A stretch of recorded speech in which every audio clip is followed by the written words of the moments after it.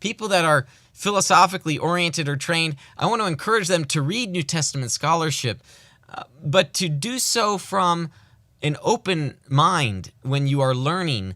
Don't come in trying to just justify your preconceived notions, because as someone who, again, so I taught New Testament exegesis for high school a few years back, maybe several years back now, and I've just always had an interest in it, so it's been a hobby of mine. But I just see that the conversations New Testament scholars have and the questions they're dealing with, they're just light years ahead of some philosophers and their concerns over scriptural integrity, or one subject matter is gospel differences. I mean, so you see people that are so far behind, they should just consider themselves students instead of wanting to be an authority as if they're 30 years up on the literature.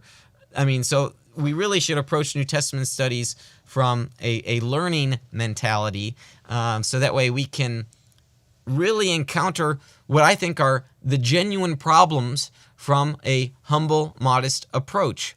Now, I think that when we study New Testament scholarship and when we apply these historical methods to the New Testament, there may be some issues we can't get through the fog on, but generally speaking, we can.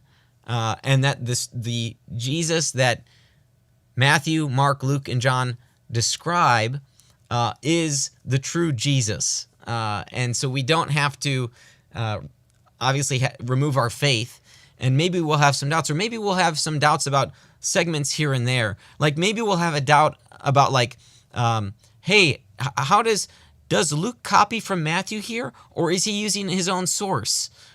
Those are certain questions where we may not have an answer, and we should just sort of end it at that. I mean, given what we know, that's where we're at. And it could be either options. Maybe one is more probable than the other. And New Testament scholars make those claims.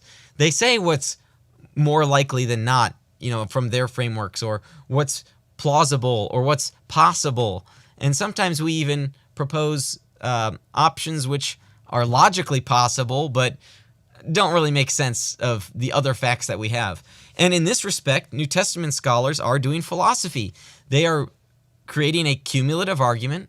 They're using abductive reasoning, argument to the best explanation, and so they're employing philosophical terms, probable, likely, possible, and they're making good qualifications. So in that respect, and certainly sometimes, let's put the shoe on the other foot here, Dr. Bock. Sometimes New Testament scholars do philosophy not all that well, but generally speaking, I think they're on the right track because of the backgrounds that they have, the good assumptions going in, and in some cases just dealing with the data appropriately. What do I mean by that? Sometimes you'll get philosophers that will just make a blanket statement and treat the New Testament as if almost like in a sense that a Muslim would hold the Quran, as if it's this eternal word that has always existed, and it just doesn't make sense of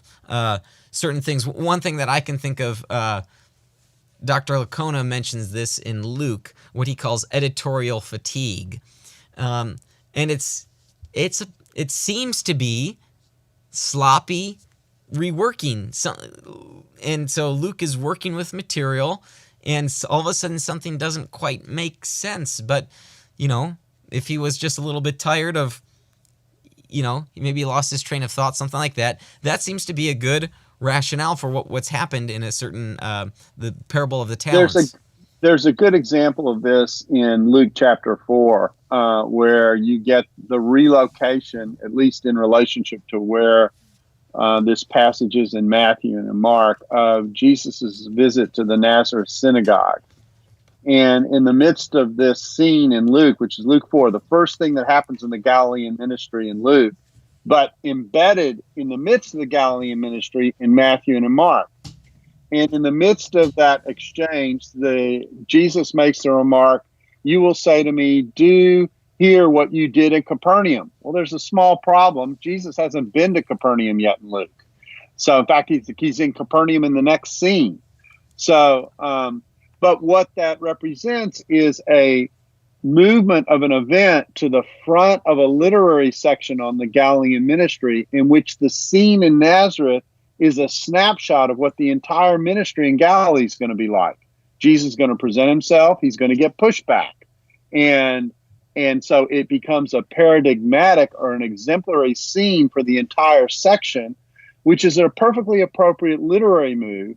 But he didn't do all the editorial cleanup necessary to make that move in a way that if you were paying attention to details and you were to look, well, how in the world did Capernaum get in here? We haven't even been there yet.